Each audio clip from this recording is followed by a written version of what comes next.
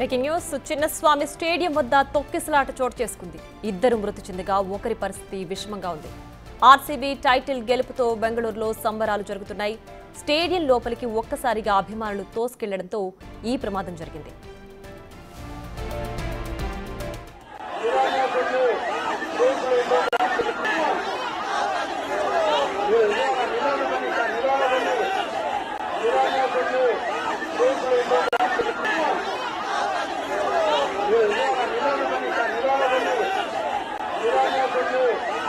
ఇక చిన్నస్వామి స్టేడియం వద్ద తొక్కిసలాట చోటు చేసుకుంది.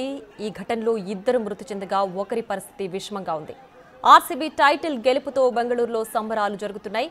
స్టేడియం లోపలికి ఒక్కసారిగా అభిమానులు తోసుకెళ్లడంతో ఈ ప్రమాదం జరిగింది.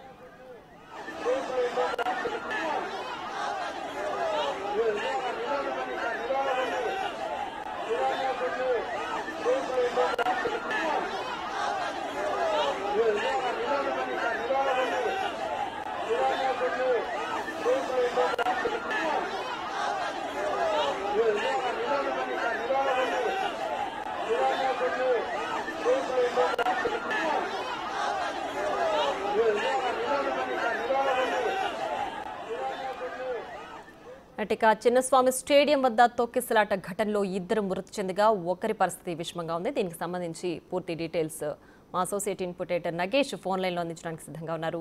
నగేష్, చెప్పండి, ఒకరి పరిస్థితి విషమంగా ఉంది, ఇద్దరు మృతి చెందారని చెప్తున్నారు. ఏంటి దీనికి సంబంధించి డీటెయిల్స్? స్టేడియంలోకి ఒక్కసారిగా వేలాది మంది అభిమానులు తోసుకెళ్లడంతో ఈ ఘటన జరిగింది. ఆల్రెడీ కర్ణాటక గవర్నమెంట్ ర్యాలీని నిషేధిస్తున్నట్టు కూడా హోంశాఖ ఒక ప్రకటన విడుదల ఒక లెటర్ ను కూడా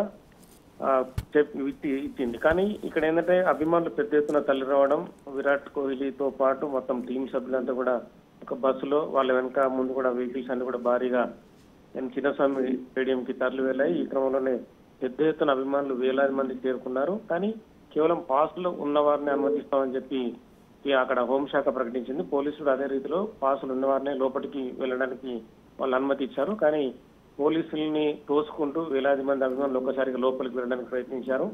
దాంతో ఇద్దరు స్పాట్ లోనే మృతి చెందారు. చాలా మందికి పలువురికి గాయాలైనట్టుగా తెలుస్తోంది. మరికొంతమంది పరిస్థితి కూడా విషమంగా ఉంది. ఆర్సీబీ ఆటగాళ్లకు సన్మాన కార్యక్రమంలో ఇది విషాదం అని చెప్పొచ్చు. ఇప్పటికే డిప్యూటీ సీఎం తో పాటు సీఎం వీళ్ళందరూ కూడా స్టేడియానికి చేరుకున్నారు. వాళ్ళందరినీ విరాట్ కోహ్లీతో పాటు టీం సభ్యులందరినీ సన్మానించడానికి పెద్ద ఎత్తున ఏర్పాట్లు చేశారు. ఎందుకంటే 18 ఏళ్ల తర్వాత కప్పుని సాధించడం అనేది గొప్ప విషయంగా కర్ణాటక గవర్నమెంట్ భావించింది. ఈ క్రమంలోనే సిద్ధరామయ్యతో పాటు డిప్యూటీ సీఎం మిగతా మంత్రులంతా కూడా స్టేడియం వద్దకు చేరుకున్నారు. చిన్నస్వామి స్టేడియంలో కూడా భారీ అభిమానుల మధ్య ఈ కార్యక్రమాన్ని పెద్ద ఎత్తున నిర్వహించాలని చెప్పి నిర్ణయించుకున్నారు. కానీ విధాన సౌధ దగ్గర తొక్కిసలాట అంటే ఆ గేట్ దగ్గర తొక్కిసలాట జరగడంతో పోలీసులు కూడా లాఠీ చార్జ్ చేయాల్సిన పరిస్థితి. ఈ క్రమంలోనే చాలా మందికి గాయాలయ్యాయి. అంటే అభిమానుల రద్దీతో పోలీసులు అంటే కొంతమంది పోలీసులు అక్కడ ఉండడం కూడా కొంత మైనస్ గా చెప్పొచ్చు. వేలాది మంది అభిమానులు ఉన్న క్రమంలో వాళ్ళని కంట్రోల్ చేయడం కూడా చాలా పెద్ద విషయం. ఎందుకంటే వాళ్ళందరినీ కంట్రోల్ చేసినా కూడా వాళ్ళందరూ ముందుకు తోసుకొస్తూ ఒక్కొక్కరిగా లోపలికి వెళ్లే ప్రయత్నం చేస్తున్నారు. కానీ అక్కడ పాసులు ఉన్న వాళ్ళని పాసులు లేని వాళ్ళని చూసే పరిస్థితి లేదు. చాలా మంది చిన్న పిల్లల్ని కూడా స్టేడియం వద్దకు తీసుకొచ్చారు.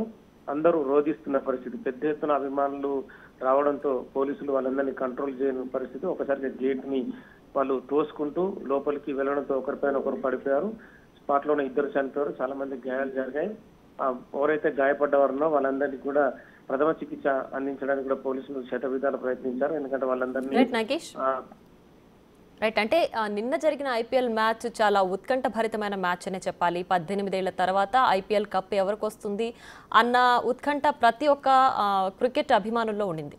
సో ఇలాంటి సందర్భంలో క్రౌడ్ మేనేజ్మెంట్ ఎలా ఉంటుంది అన్న విషయం అటు సెక్యూరిటీ సిబ్బంది కానీ లేదంటే పోలీసు భద్రతా విభాగం కానీ వీళ్ళు కరెక్ట్గా మేనేజ్ చేసుకోలేకపోయారా ఈ ఘటనకు సంబంధించి?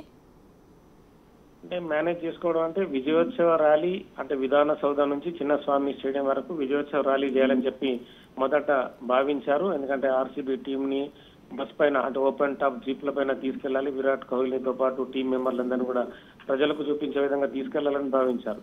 కానీ అంత తప్పుడు నిర్ణయం అని చెప్పవచ్చు. ఎందుకంటే వేలాది మంది అభిమానులు చిన్నస్వామికి స్టేడియంకి ఇప్పటి ఉదయం నుంచే చేరుకున్న పరిస్థితి. వాళ్ళందరినీ కంట్రోల్ చేయడం అనేది మామూలు విషయం కాదు. ఎందుకంటే విజయోత్సవ ర్యాలీ నిర్వహిస్తున్న క్రమంలో చాలా విషయాలను కూడా పోలీసులు ఖచ్చితంగా అర్థం చేసుకోవాలి. హోంశాఖ పెద్ద ఎత్తున పోలీసులను రంగంలోకి దించినా కూడా వేలాది మందికి, అంటే ఒక 10 మందికి ఒక పోలీసు ఉండాలన్నా కూడా వాళ్ళందరినీ కంట్రోల్ చేయడం చాలా ఇబ్బందికర పరిస్థితి. అంటే ఈ 18 ఏళ్ల తర్వాత కప్పును సాధించిన తర్వాత ఏ సాల్ కప్ నమ్దే అని చెప్పి కూడా నిన్న రాత్రి నుంచి కూడా ట్విట్టర్ వేదికగా, సోషల్ మీడియా వేదికగా కూడా పెద్ద ఎత్తున అభిమానులు తమ టీంని ఆరాధిస్తూ వాళ్ళు పోస్టులు పెడుతున్నారు. ఈ క్రమంలోనే సీతారామ లాంటి ముఖ్యమంత్రి కూడా నిన్న తన వెహికల్లో వెళ్తూ కూడా క్రికెట్ జరుగుతున్న మ్యాచ్ అంతా కూడా తను చూశాడు.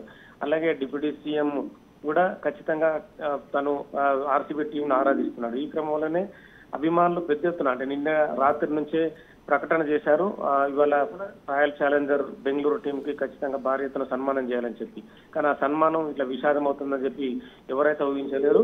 ఖచ్చితంగా పోలీసులు అయితే ఇది వైఫల్యంగా చెప్పొచ్చు. ఎందుకంటే చాలా మంది, అంటే వేలాది మంది అభిమానులు కంట్రోల్ చేయలేక తొక్కిసలాట జరిగిన దానిపైన ప్రస్తుతం అయితే స్టేడియం పై వద్ద ఉన్న, అంటే ఆ స్టేడియం పైన ఉన్న సిద్ధరామయ్య కానీ మిగతా డిప్యూటీ సీఎం కూడా వాళ్ళందరూ కానీ ప్రస్తుతం అయితే అభిమానులను కంట్రోల్ చేసే విధంగా వాళ్ళకు పోలీసులకైతే ఆర్డర్స్ ఇచ్చారు. హోంశాఖ మంత్రి కూడా ప్రస్తుతం అయితే పరిస్థితిని పర్యవేక్షిస్తున్నాడు. బయట ఉన్న అభిమానులందరినీ సమన్వయం పాటించాలని చెప్పి పోలీసులు మైక్ల ద్వారా హెచ్చరిస్తున్నారు. కానీ ఏ ఒక్క అభిమాని కూడా ఖచ్చితంగా తమ జరిగే ఎవరైతే క్రికెట్ సంబంధించిన విరాట్ కోహ్లీ కావచ్చు, మిగతా ఎవరైతే పట్టిదార్ వీళ్ళందరూ ఉన్నారో వాళ్ళందరి ఖచ్చితంగా సన్మాన కార్యక్రమం చూడాలని వాళ్ళు పెద్ద ఎత్తున లోపలికి తోసుకొస్తున్న పరిస్థితి. కానీ విజయోత్సవాలు మాత్రం విషాదంగా మారింది. 2 అయితే మృతి చెందారు. ఇంకెంతమంది ఇందులో మృతులు ఉంటారు, గాయపడ్డ వాళ్ళ పరిస్థితి అని కూడా కాసేపటి తర్వాత తెలిసే అవకాశం ఉంది. Right Nagesh, thanks for the updates.